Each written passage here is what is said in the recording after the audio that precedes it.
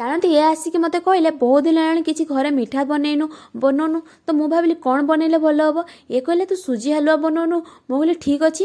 ତ ସାଙ୍ଗେ ସାଙ୍ଗେ କେଶର କିଛିକୁ ବତୁରେଇ ନେଲି ଉଷୁମ ପାଣିରେ। ଭଲକି ବତୁରି ହେବା ଭିତରେ ଏପଟେ ଡ୍ରାଏ ଫ୍ରୁଟ୍ସକୁ ଭାଜିକି କାଢ଼ି ନେଲି। ସେଇ ତାୱାରେ ଆଉ କିଛି ଘିଅ ଏଡ଼୍ କରିକି ଗୋଟେ କପ୍ ସୁଜିକୁ ଭାଜି ନେଲି ଯେପର୍ଯ୍ୟନ୍ତ ବ୍ରାଉନ୍ କଲର୍ ହେଇ ନ ଯାଇଛି। ସୁଜି ବ୍ରାଉନ୍ କଲର୍ ହେଇଗଲା ପରେ ଏଥିରେ ଚିନି ଗୋଟେ କପ୍ ଏଡ଼୍ କରିନେଲି। ତା ସହିତ ସ୍ୱାଦ ପାଇଁ ଲୁଣ ଅଳ୍ପ ଟିକେ ଏଡ଼୍ କଲି। ଭଲକି ମିକ୍ସ କଲି। ଏପଟେ ଗୁଜୁରାତି 3-4ଟିକୁ ଛେଞ୍ଚି ନେଲି। ଛେଞ୍ଚିକି ତାର ଖାଲି ଗୁଣ୍ଡକୁ ଏଡ଼୍ କରିନେଲି। ତା ଦ୍ୱାରା ବହୁତ ବଢ଼ିଆ ବାସ୍ନା ଆସିଥାଏ। ତା ସହିତ ଏପଟେ ଆମର କେଶର ମଧ୍ୟ ବହୁତ ଭଲ ଭାବରେ ବତୁରି ଯାଇଥିଲା। ତାର ପାଣିକୁ ଏଡ଼୍ କରିନେଲି।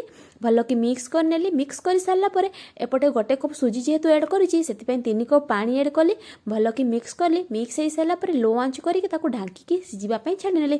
ଏପଟେ ଆମର ସୁଜି ସିଝିଗଲା ପରେ ଏପଟେ ମୁଁ ଡ୍ରାଏ ଫ୍ରୁଟ୍ସ ରେଡ଼ି କରି ରଖିଥିଲି ତାକୁ ଏଡ଼୍ କରିନେଲି। ଭଲକି ମିକ୍ସ କରିସାରିଲି। ବହୁତ ଟେଷ୍ଟି ହେଇଥିଲା। ଆମେ ସମସ୍ତେ ଖାଇଲୁ। ବହୁତ ବଢ଼ିଆ ଲାଗିଲା। ଆପଣ ମଧ୍ୟ ଏହି ପ୍ରୋସେସରେ ଥରେ ବନାନ୍ତୁ। ନିଶ୍ଚିତ ଭଲ ଲାଗିବ। ପୁଣି ଦେଖା ହେବ ଆଉ ଗୋଟେ ସୁନ୍ଦର ରେସିପି ସହିତ।